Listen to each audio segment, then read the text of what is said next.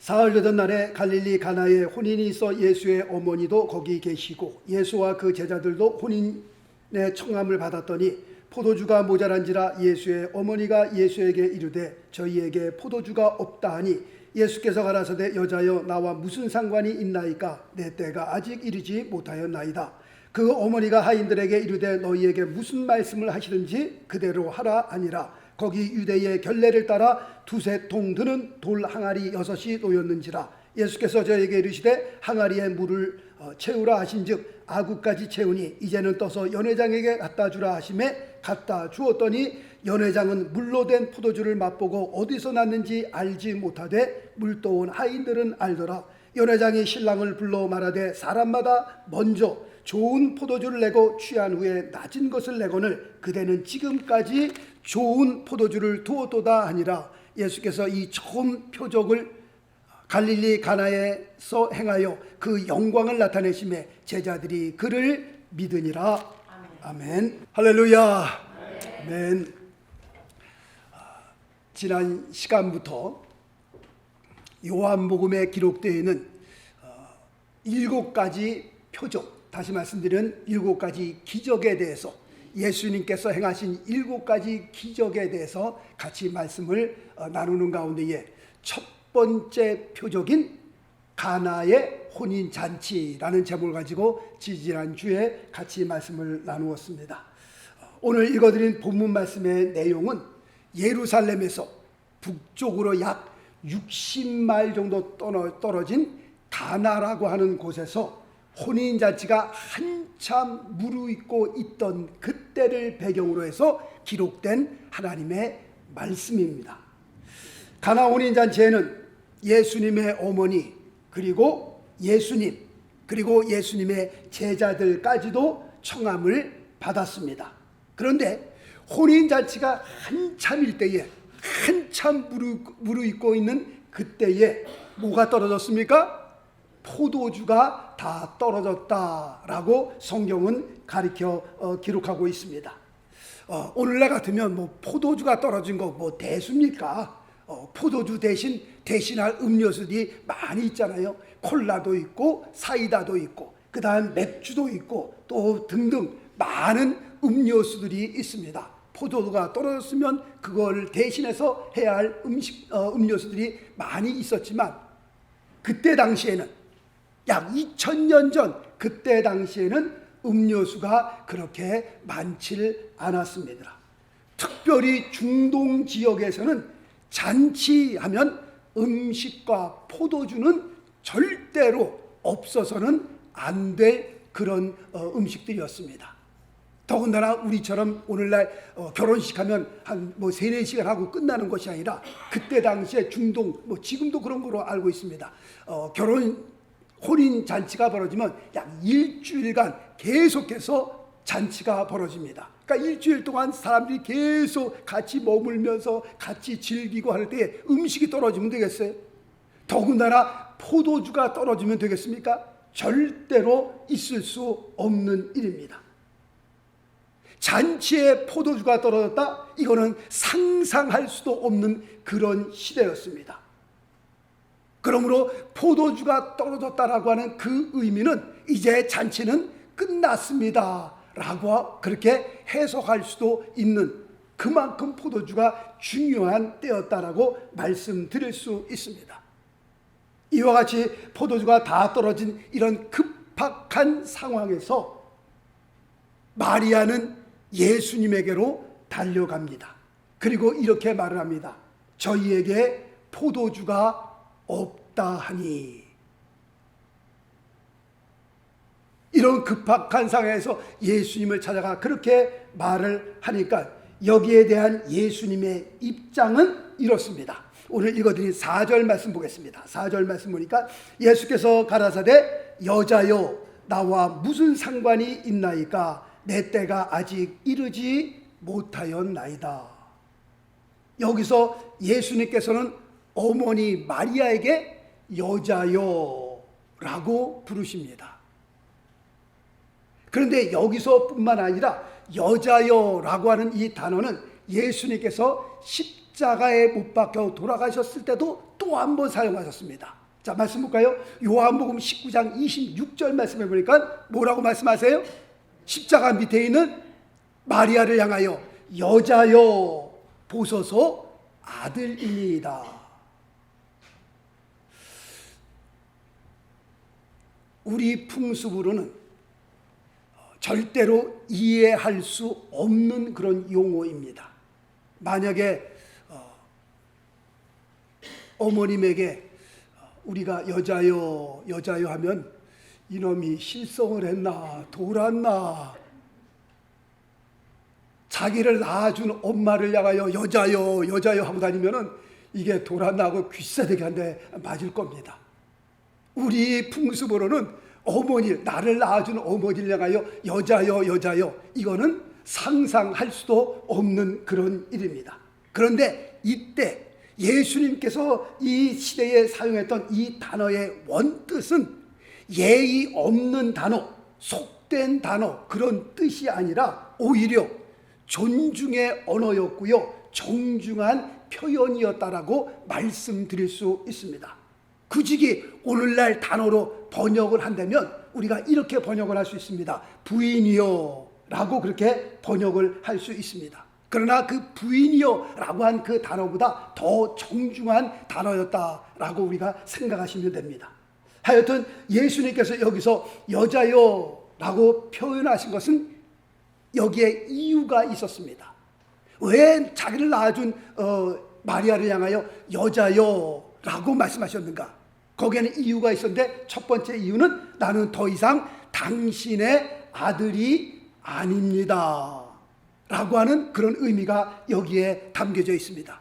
이제는 나를 낳아준 어머니 마리아와 나와의 관계는 그런 사적인 관계가 이제는 여기서부터 끝났습니다 라고 하는 그런 의미가 있고, 두 번째로는 나는 이제 하나님의 아들로서의 삶이 시작됩니다.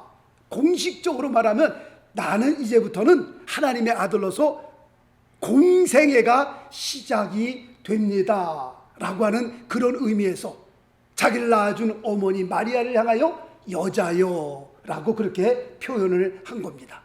그리고 또 4절 말씀해 보니까 내 때가 아직 이르지 못하였나이다 라고 말씀하고 있습니다. 이 말씀의 해석은 이렇습니다. 하나님의 아들로서 신적인 권능을 내가 나타나는 때는 아직 안 되었습니다 라고 하는 그런 의미가 이 안에 담겨져 있습니다. 그럼에도 불구하고 마리아는 5절에서 이렇게 말을 합니다. 5절 말씀 볼까요? 5절 말씀해 보니까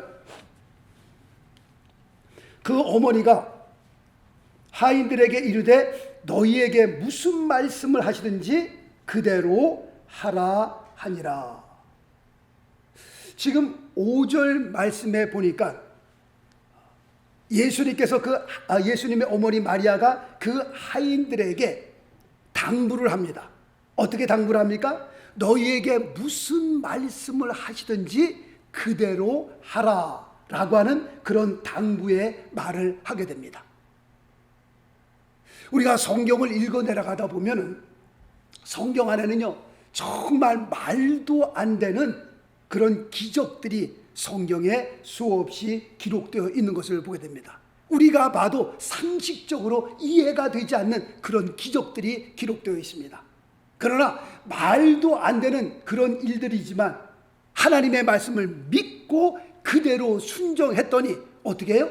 역사들이 일어났던 것을 성경은 기록하고 있는 겁니다. 예를 들면 여리고성이 무너져 내릴 때 그렇습니다. 하나님께서 여호수아에게 그 견고한 성을 하루에 몇 바퀴씩? 한 바퀴씩. 일곱째 내려는 몇 바퀴? 7바퀴를 돌라. 그리고 고함을 지르면 그 견고한 성이 무너져 내리리라. 말도 안 되는 소리죠. 말이 비슷한 말을 하셔야 그 말씀을 순종하든지 말든지 하는데, 이거는 정말 말도 안 되는 소리입니다. 어떻게 그 견고한 성이 하루에 한 바퀴 돌고 7째 날은 7바퀴 돈다고 그 성이 무너져 내리겠습니까? 말도 안 되는 소리죠. 그러나 말도 안 되는 하나님의 말씀을 믿고 그대로 순종했더니 정말 거짓말처럼 그 여리고성이 무너져 내렸다라고 성경은 기록하고 있습니다. 나만 장군도 똑같은 케이스입니다. 문둥병이 걸렸던 나만 장군. 하나님께서 나만 장군에게 뭐라고 말씀하십니까? 너는 가서 요단강에 가서 몸을 7번 씻으라. 그리하면 내 몸이 여전하여 깨끗이 나음을 얻으리라 라고 말씀합니다. 이 말을 들은 나만 장군이요, 화를 버럭 냅니다. 자기가 생각하기에는 하나님의 사람 선지자가 나와서 뭐 자기 몸을 만져주든지 안수기도를 해주든지 뭘 어떻게 그럴 줄 알았는데, 자기를 마중 나오지도 않고 그냥 방 안에서 하나님께서 말씀하시는데 너 그냥 요단강에 가서 몸 7번 담궈, 7번 닦아, 그러면 다 낫게 될 거야. 이런 뭐 말도 안 되는 소리. 요단강? 우리나라에는 요단강보다 더 깨끗한 물이 많어. 무슨 요단강에, 그 지저분한 요단강에 가서 내가 몸을 담궈? 화를 내면서 가는데요, 사실 이거는 어린아이가 들어도 화를 낼 만한 소리죠. 정말 우습죠. 무슨 뭐 그 문둥병이, 고름이 나오는 그 문둥병이 무슨 요단강 물에 들어간다고 해서 낫겠냔 말이에요. 그러나 그 말을 믿고 순종하여 요단강 물에 몸을 7번 담궜더니 그 문둥병이, 정말 말도 안 되는, 나을 수 없던 그 문둥병이 깨끗하게 치료를 받는 역사가 일어나는 것을 성경은 기록하고 있습니다. 마리아가 이런 스토리를 알아서 그런지, 이런 역사를 알아서 그런지, 마리아가 하인들에게 내 때가 아직 이르지 못하였나이다 한 그 예수님을 향하여서 상관하지 않고, 그 말을 상관하지 않고 하인들에게, 옆에 있는 하인들에게 부탁을 하는 겁니다. 뭐라고 부탁해요? 너희에게 무슨 말씀을 하시든지, 정말 말도 안 되는 소리를 너희에게 부탁할지도 모르니 어떻게 해요? 너희는 그냥 그대로 하라는 거예요. 영어로 보니까 just do it. 물어보지 말라는 거예요. 따지지 말라는 거예요. 예수님께서 너희에게 무슨 말씀을 하시는지 너희는 따지지 말고 물어보지 말고 그냥 그대로 하라라고 예수님의 어머님이 하인들에게 부탁하고 있습니다. 아닌 게 다를까? 자, 6절 말씀부터 한번 볼까요? 6절 말씀부터 8절까지 봅니다. 거기 유대인의 결례를 따라 두세 통 드는 돌 항아리 6이 놓였는지라 예수께서 저희에게 이르시되 항아리에 뭘로 채우라? 물로 채우라. 그 항아리에 물을 채우라 하신즉 아구까지 채우니, 이빠이 채운 거죠. 그런 다음에 8절 말씀 보니까 이제는 떠서 연회장에게 갖다 주라 하시매 라고 지금 말씀하고 있습니다. 역시 말도 안 되는 소리를 지금 요구하고 있는 겁니다. 돌 항아리에 물을 채워놓고 난 다음에 포도주로 변하고 난 다음에 그거를 연회장에 떠다 갖다 주라 했으면 신나죠. 와, 물을 그냥 아구에 채워 난 다음에 하니까 이게 다 포도주로 변해버렸네. 그러니 뭐 이거 떠서 갖다 주는 건 신나는 일이죠. 그런데 돌 항아리에 물을 아구까지 채웠는데 물이었습니다. 그런데 그 하인들에게 주님께서 말씀하기를 이 물을 떠다가 연회장에 갖다 주어라 라고 지금 요구하고 있는 겁니다. 도대체 이해할 수 없는 얘기죠. 지금 사람들이 원하는 건 포도주인데 이 물을 떠다가 갖다 주면 그 연회장이 그 하인들에게 뭐라고 얘기했어요? 이거는 뭐 정말 방맹이로 두들겨 맞을 지경이죠. 너 나랑 지금 장난치냐? 사람들이 포도주를 오라는데 너가 물을 떠다 주면 어떡할 거냐 이 미친놈아 하고 잡아다가 능지처참하지 않겠어요? 어떻게 보면 자기가 죽을 수도 있는 그런 상황인데 도대체 이해할 수 없어서 그냥 도망가고 싶은 그런 자리인데 그 하인들이 누구의 말을 기억했어요? 마리아의 말을 기억했어요. 정말 말도 안 되는 상황인데 마리아가 뭐라고 부탁해요? 그들을 하인들을 붙잡고 부탁하고 또 부탁하잖아요. 너희에게 무슨 말씀을 하시든지 절대로 이해가 안 가도 너희가 물어보지 말고 따지지 말고 just do it. 그냥 좀 제발 좀 해줘라. 내 말을 명심하고 무엇을 명하든지 그 말이 기억이 난 겁니다. 아, 마리아에 부탁하신 그 말이 떠올랐어요. 그래서 한번 믿어보기로 하고, 그렇게 예수님의 어머니 마리아가 우리에게 이렇게 부탁을 했으니 정말 우리가 능지처참을 당하고 매를 맞는 한이 있어도 한번 믿어보고 그대로 해보자 해서 어떻게 해요? 8절 마지막 절에 보니까 갖다 주었더니 라고 하면서 그 다음부터 말씀해 보니까 연회장은 물로 된 포도주를 맛보고, 그 연회장 사람들에게 주기 전에 한번 맛보았던 것 같아요. 그 물로 된 그 물을 떠다 줬는데 그 물을 쭉 따르는 순간 물이 변화해 뭐가 된 거예요? 포도주가 된 거예요. 모르죠, 이 사람 연회장은. 그게 물을 떠다 줬는데 물을 따르는 순간 물이 변화해 포도주가 됐는데 이 포도주 맛이 어떤가 먼저 맛을 본 것 같아요. 그 맛을 딱 보는 순간 어때요? 물로 된 포도주를 맛보고 어디서 났는지 알지 못하되 물도 하인들은 어떻게 해요? 알더라. 알지요, 하인들은.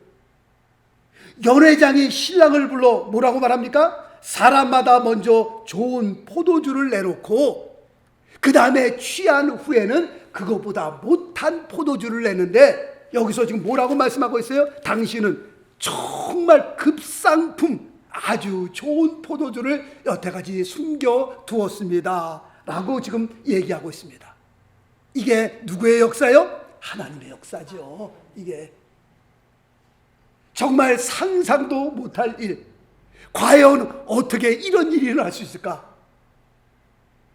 상상도 못하는 일이지만 마리아가 부탁한 그 말씀, 무슨 말씀을 하시는지 그냥 그대로 하라 라고 하는 그 말씀을 붙들고 순종하여 그 물을 갖다 주었더니 물이 변하여 포도주가 되는, 그것도 극상품의 포도주가 되는 그 역사를 여기서 기록하고 있습니다. 자, 말씀 보겠습니다. 고린도후서 10장 5절 말씀을 보니까 모든 이론을 파하며 하나님 아는 것을 대적하여 높아진 것을 다 파하고 모든 생각을 사로잡아 그리스도에게 복종케 하니 라고 그렇게 기록되어 있습니다. 지금 고린도후서 10장 5절 이 말씀은 우리의 삶에서 하나님의 역사를, 하나님의 기적을 경험할 수 있는 아주 중요한 키가 됩니다. 우리가 이 말씀을 우리가 소화하고 이 말씀을 그대로 액면 그대로 우리의 마음에 받을 수만 있다면 우리의 삶에서 말도 안 되는, 세상 사람들이 볼 때 손가락질할지 모르지만 바보 같다고 할지 모르지만 우리가 이 말씀을 붙들 수만 있다면 하나님의 살아계신 그 기적의 역사를 우리의 삶 가운데 경험할 수 있게 되는 그런 말씀입니다. 뭐라고 말씀하고 있어요? 모든 이론을 파내는 겁니다. 우리의 모든 생각을 사로잡아 그리스도에게 복종하라는 겁니다. 아까 말씀드렸잖아요. 여리고 성이 무너지는 그 역사. 하나님께서 여호수아에게 하루에 한 바퀴, 일곱째 날에는 7바퀴를 돌아라. 그러면 이 성이 무너져 내리리라. 말도 안 되는 소리잖아요, 이게. 그럼에도 불구하고 고린도후서 10장 5절 말씀을 붙들고 하나님, 그렇습니다. 정말 말도 안 되는 소리지만 내가 살아온 경험으로 볼 때에 경험적으로 비춰볼 때 이거는 있을 수도 없는 일이지만 그럼에도 불구하고 나의 이론을, 나의 생각을 다 파하고 나의 살아왔던 그 경험을 다 내려놓고 내 생각을 그리스도께 복종하고 주님께서 하신 말씀대로 내가 그 말씀을 붙들고 내가 행하리이다 했더니 하나님께서 역사를 이루어 주시잖아요.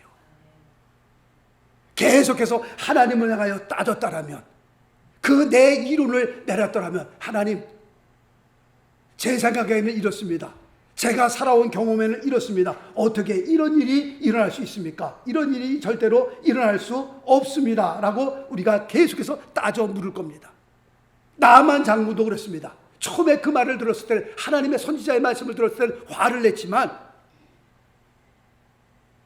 전쟁 중에 이스라엘에서 잡아온 계집애가 하나 있었거든요. 근데 그 계집애가 나만 장군을 설득을 시킵니다. 장군이요, 이거보다 더 힘든 일을 시켜도 이제 해야 될 판인데, 뭐 예를 들면 산 꼭대기를 10번을 올라갔다 내려갔다 하다, 그거보다 더 힘든 일을 시켜도 해야 할 판인데 요단강에 가서 몸을 7번 담그는 거, 이게 뭐가 힘들다고 안 하십니까? 한번 가서 해보십시오. 해보고 안 되면 화를 내든가. 말을 들어보니까 그렇거든요. 하나님의 말씀을 붙들고 나의 이론을 내려놓고 내 생각을 그리스도께 다 복종시키고 정말 요단강에 가서 7번 몸을 담그잖아요. 첫 번째 몸을 담그고 나오니까 오른쪽 팔이 깨끗해지고, 두 번째 나갔더니 왼쪽 팔이 깨끗해지고, 세 번째 오른쪽 다리. 그런 게 아니잖아요. 6번까지 갔다 몸을 담그고 나왔는데도 여전히 문둥병이 고름이 나오고 있잖아요. 7번째 몸을 담그고 나오는 그 순간에 어떻게 해요? 기적이 일어나잖아요. 기적이. 야, 세상에 뭐 이런 역사가 있나? 이런 일이 있나? 거기서 나만 장관이 끝까지 따졌더라면, 자기의 경험을 비추어 자기의 이론을 내세우고 자기 생각을 내세웠다면 자기 평생에 그런 하나님의 역사를 볼 수 있었을까요? 없었습니다. 지금 요한복음 2장에 기록되어 있는 이 사건도 똑같은 사건입니다. 돌 항아리에 물을 9가지 채우라, 그 다음에 그 물을 떠다가 여러 갖다 주라. 자기의 생각을 내세우고 이론으로 따지면서 어떻게 이런 일을 할 수 있습니까? 저들이 원하는 거 포도주인데 왜 물을 떠다 갖다 주라고 하시는 겁니까? 계속 그렇게 물어봤더라면 물이 변하여 포도주가 되는 그 역사를 경험할 수 있었을까요? 없었습니다. 하나님의 놀라운 이 역사들, 모든 성경에 나타나는 그 역사들이 그렇습니다. 오늘날 우리의 삶 가운데서 일어났던 하나님의 영광을 보고 하나님의 기적을 체험한 그 사람들의 간증을 들어보면 다 그렇습니다. 어떻게 그런 일 가운데 그렇게 하나님께서 역사하셨을까? 정말 우리의 상식과 우리의 이론으로서는 절대로 우리가 이해할 수 없는 그런 역사들입니다. 창세기부터 요한계시록까지 기록된 모든 사건들이 다 그렇습니다. 1 더하기 1은 2가 돼야 되는데 아니요. 하나님이 역사하시면요, 1 더하기 1이 만도 되고 10만도 되고요, 100만도 되고요, 우리가 이해할 수 없는 엄청난 역사가 일어난다는 것을 알 수 있습니다. 언제요? 하나님의 말씀을 붙들고 믿고 우리가 순종하며 나아갈 때에, 세상 사람들이 손가락질하고 바보 같다 할지라도 하나님의 말씀이 내게 뭐라고 하느냐, 그 말씀을 붙들고 나아갈 때, 순종할 때에 하나님의 역사는 일어나는 겁니다. 이런 놀라운 역사가요, 물이 변하여 포도주가 된 그것을 맛보고 급상품이라고 칭찬한 그 사람도요, 하나님의 역사를 알 수 없는 겁니다. 하나님의 그 역사를 절대로 모르는 겁니다. 누구만 알 수 있어요? 물도온 하인들만 알더라. 물이 변하여 포도주가 된 그 역사를 맛보고도요, 직접 맛보고도 이게 하나님의 역사인지 모른다니까요. 우리가 경험해 보지 않으면, 교회를 들락날락 10년을 해봐요, 20년을 해봐요, 내 삶 가운데 살아계신 하나님의 역사를 내가 경험하지 못하면 성경에 기록되어 있는 이 기적들, 이거 보고 웃긴다니까요. 물이 변하여 포도주가 된 그 맛을 보고서도 그가 살아계신 하나님의 역사를 볼 수 있느냐? 모르는 겁니다. 얘기하면 알 수 있느냐? 모른다니까요. 물도온 하인들만 알더라 라고 성경은 그렇게 말씀하고 있습니다. 그렇다면 예수님께서 가나 혼인잔치에서 물이 변하여 포도주를 만드신 그 목적은 어디에 있습니까? 할 때 오늘 읽어드린 11절 말씀 볼까요? 11절 말씀 보면 예수께서 이 처음 표적을 갈릴리 가나에서 행하여, 여기서 표적이라고 하는 단어가 나옵니다. 영어로 보니까 사인이라고 기록돼요. 사인. 갈릴리 가나에서 처음 표적을 일으켰는데 그 표적이라는 단어가 사인인데, 이 사인이라고 하는, 이 표적이라고 하는 단어에는 2가지 목적이 있습니다. 첫 번째는 이렇습니다. 식당에 걸려있는 사인판을 보면서 이 식당이 무슨 식당인지를 우리가 알 수 있습니다. 그래서 그 사인판을 보면서 이 집은 고기 굽는 고깃집이구나, 그렇게 알 수 있고요. 또 사인판을 보면서 이 집은 국밥집이구나 알 수 있고요. 이 집은 수시집이구나. 그 사인판을 보면서 이 식당이 어떤 식당인 줄을 우리가 압니다. 이와 같이 예수님께서 우리에게 보여주신 그 사인, 그 표적을 보면서 예수님이 누구신지를 우리로 알라고 하시는 겁니다. 마태복음 16장에 보면 예수님께서 제자들에게 묻습니다. 사람들이 나를 누구라고 하더냐? 라고 그러니까 어떤 제자는 사람들이요 예수님을 세례 요한이라고 부릅니다. 어떤 사람은요 예수님 당신을 엘리야라고도 부르기도 합니다. 또 어떤 사람은 예레미야라고 부르기도 합니다. 라고 얘기를 하는데 그 사람들은 사인을 어떻게 해요? 잘못 본 겁니다. 그 사인을 보면서 국밥집인데 수시집으로 알고 들어가더라니까요. 그 사인판을 잘 봐야 되는데 그 사인판을 잘 못 본 겁니다. 그 표적을 통해서, 그 사인을 통해서 내가 누군지를 너희가 알아라 라고 그 표적을 보여준 건데 사람들이 못 본다니까요. 예수님을 제대로 알지 못한다니까요. 그 사인판을 보고도 예수님이 누군지를 모른다니까요. 베드로가 뭐라고 고백하고 있습니까? 주는 그리스도시요 살아계신 하나님의 아들입니다. 베드로는 사인판을 어떻게 본 거예요? 제대로 본 거예요. 예수님의 삶을 보면서, 예수님의 표적을 보면서, 그 사인을 보면서 이분은 누구구나. 주는 그리스도시요 살아계신 하나님의 아들입니다. 사인판을 제대로 본 겁니다.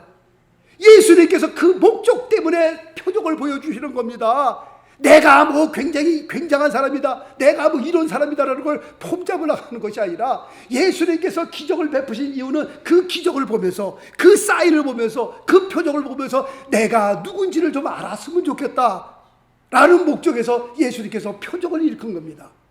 두 번째 목적은요, 길거리에 붙어있는 사인판의 그 목적은 사람들이 그 사인을 보고 자기의 가는 길을 좀 제대로 가라고 그 사인판을 길거리에다 붙여주는 겁니다.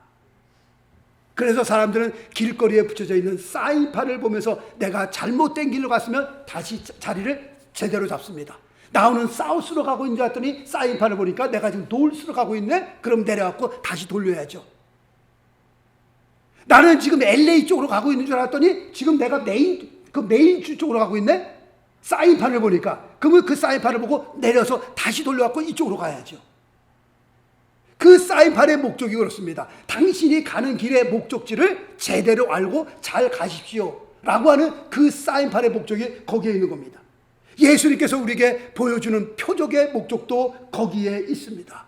우리의 삶의 방향을 제대로 알고 가려는 겁니다. 그 기적을 보면서, 표적을 보면서, 그 사인들을 보면서 우리의 삶이 목적인지, 내가 왜 사는지 제대로 알려는 겁니다. 나는 어디서 왔다 어디로 가며 내가 이 세상에 왜 머물고 있는지 그 기적을 보면서, 그 표적을 보면서, 그 사인들을 보면서 나의 삶의 방향을 제대로 잡으라는 겁니다.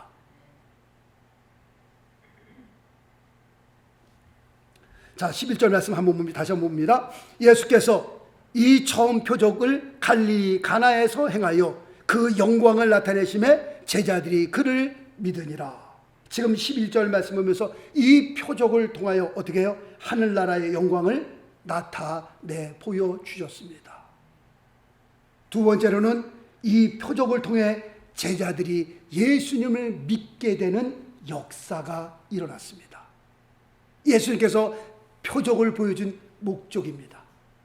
하나님의 나라가 임하고요, 그 영광을 보면서 하나님의 나라가 임하는 것을 보고 그 다음에 예수 그리스도를 믿는 역사가 일어나게 되었습니다. 자, 말씀 볼까요? 요한복음 20장 30절 말씀 보니까 예수께서 제자들 앞에서 이 책에 기록되지 아니한 다른 표적도 많이 행하셨으나, 그러나 사도 요한이 7가지만 적었죠. 그러나 7가지 외에도 수많은 표적을 주님께서 행하셨다는 겁니다. 그 다음 절 요한복음 20장 31절 말씀 보니까 오직 이것을 기록함은, 이 7가지를 요한복음에서 기록함은 너희로 예수께서 하나님의 아들 그리스도이심을 믿게 하려 함이요, 또 너희로 믿고 그 이름을 힘입어 생명을 얻게 하려 함이니라. 그러므로 우리는 예수님의 표적을 보면서 첫째, 예수님이 누구신지를 확실히 알 수 있어야 합니다. 그분은 우리의 구주요, 그분은 하나님의 아들이요, 그분은 우리의 메시아요, 나 같은 죄인을 구원하기 위해서 오신 하나님의 아들로 그 표적을 보면서 와 놀랐다. 이 사람은 무슨 요술 부리는 사람인가? 그거로 그렇게 끝나면 안 되는 겁니다. 그 표적을 보면서, 그 사인을 보면서, 이분이 하나님의 아들이구나, 나 같은 죄인을 구원하기 위해서 오신 예수 그리스도 메시아구나, 예수님을 확실히 알 수 있어야 하고요. 두 번째로는 우리의 삶의 방향을 똑바로 보고 이해하며 이 세상에서 의미 있는 삶을 살 수 있어야 하는 겁니다.